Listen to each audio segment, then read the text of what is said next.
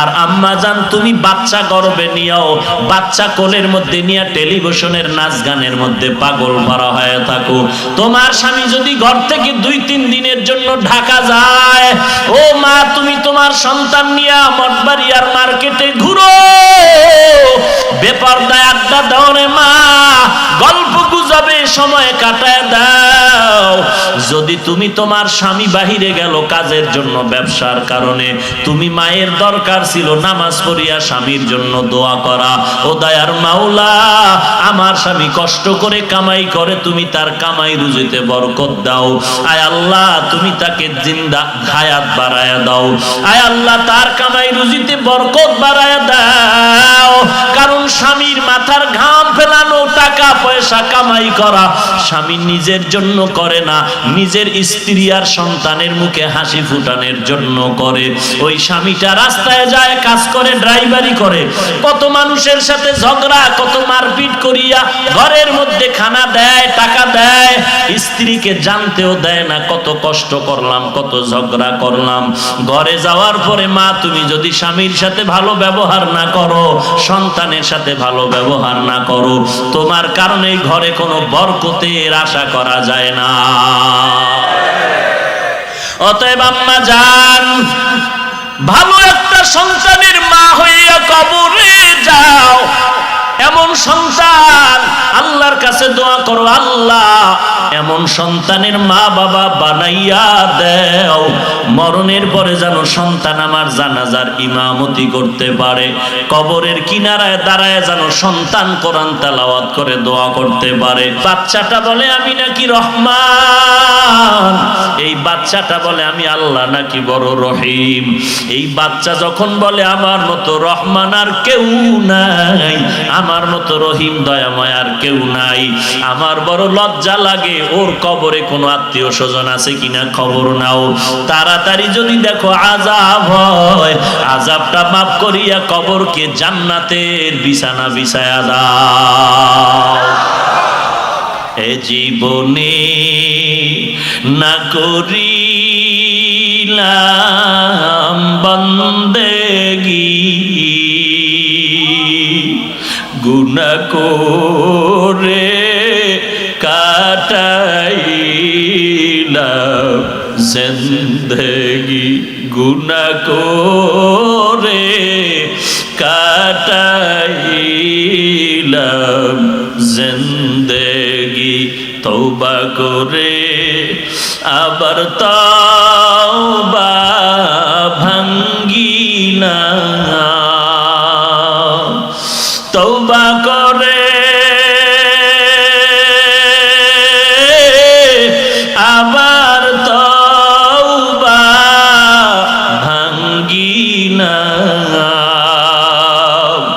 অবশেষে খাঁটি তওবা করিলাম, অবশেষে খাঁটি তওবা করিলাম। এরে নবীর উম্মতের দল, আল্লাহ যদি জিজ্ঞাসা করে বান্দা আমার দরবারে কি নিয়ে হাজির হয়েছে, এমন একটা আমল কি জীবনে আল্লাহর কাছে দেখাইতে পারবেন আল্লাহ এই আমল নিয়ে আসছে? এরে আল্লাহর বান্দা নিজের সন্তানটাকে পারছেন নাকি কোরআনওয়ালা বানাইতে, যে কিয়ামতের দিন বলবেন হে মালিক আমার জিন্দেগিতে কোনো আমল নাই, শুধু গুনাহ, আমার আমল নামা দিয়ে তাকায় দেখি গুনাহের কারণে আমার হাত না পাক, আমার চোখ না পাক, আমার জিহ্বা না পাক, আমার অন্তর না পাক। তবে আমি আল্লাহ তোমার দেওয়া সন্তানগুলো আমি দিনের পথে রাইখা আছি। একটা সন্তানের নিজে না খাইয়া, পেটে পাথর বেঁধে না খাইয়া, গামছা বাঁধিয়া কষ্ট করে করে কোরআন পড়াইছে। ও আল্লাহ তুমি দয়া করে কোরআনের বরকতে মাফ করে দাও। এরে এলাকার পর্দার আড়ালের মা বোনেরা একটু চিন্তা করো রে মা, আসেনি মা? এরে পর্দার আড়ালের মা, আমিও তো একটি মায়ের সন্তান। আল্লাহওয়ালাদের মাও মা,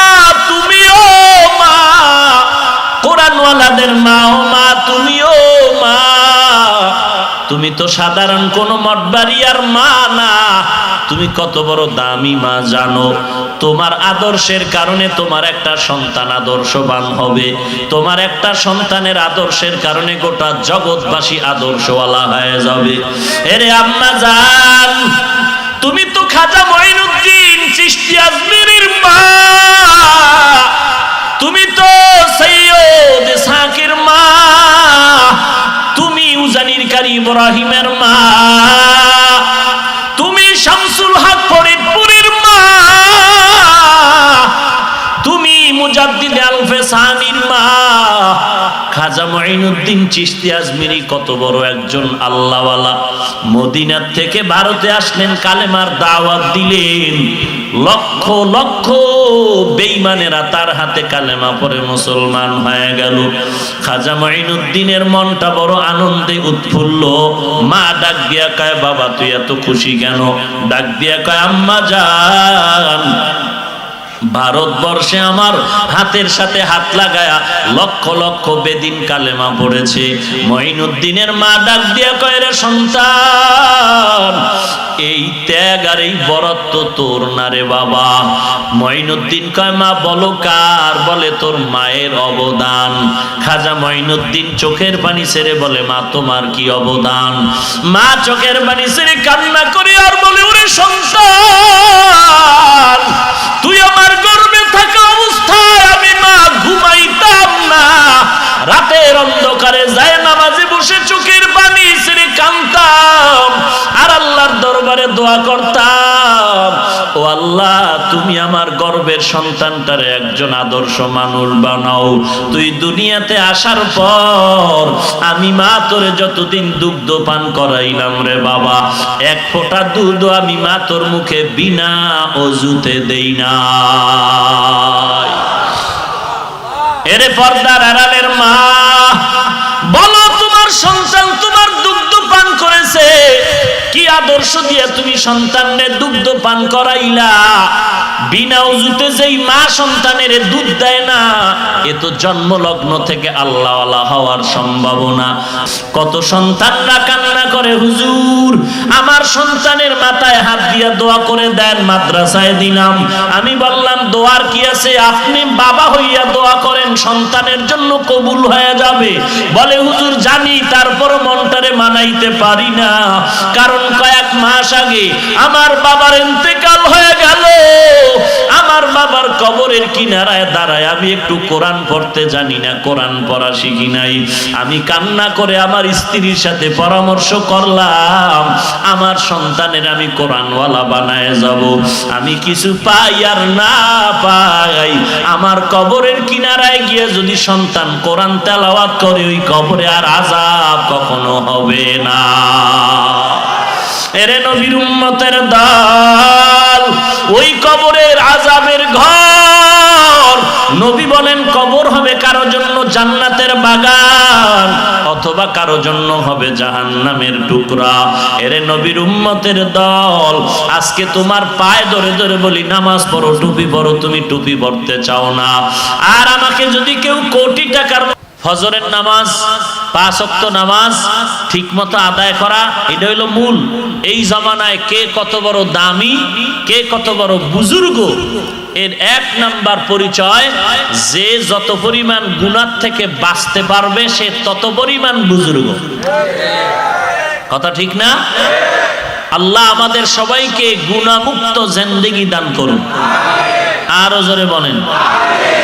আল্লাহ পাক আপনাদের এই কষ্ট, আপনারা আসছেন কষ্ট করে অনেক দূর থেকে, গাড়ি ভাড়া করে, পায়ে হেঁটে, একমাত্র দ্বীনের মহব্বত। কথা ঠিক না? আল্লাহ আপনাদের সবাইকে দ্বীনের খাদেম হিসেবে কবুল করেন। আরো মহব্বতে বলেন। তাহলে আমরা কি জানলাম আজকের আলোচনার থেকে? 1 নাম্বার, জান্নাত পেতে হলে 1 নাম্বারে ঈমান লাগবে, কোনো বেঈমান জান্নাত পাবে না। 2 নাম্বারে কি জানলাম? ঈমান আর আমল করলেই জান্নাতে যাওয়া যাবে। আরো 2 দায়িত্ব পালন করা লাগবে, ঈমান আমল অনুযায়ী নিজে চলা, অন্যকেও চালানো।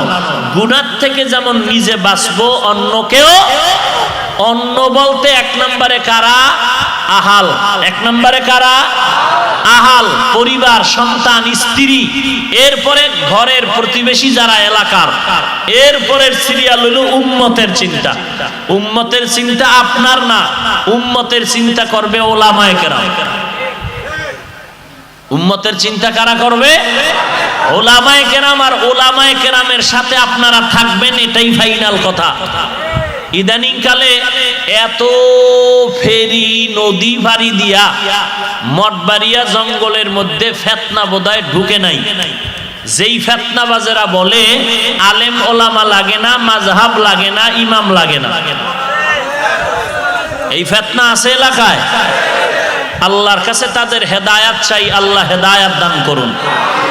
আরো জোরে বলেন।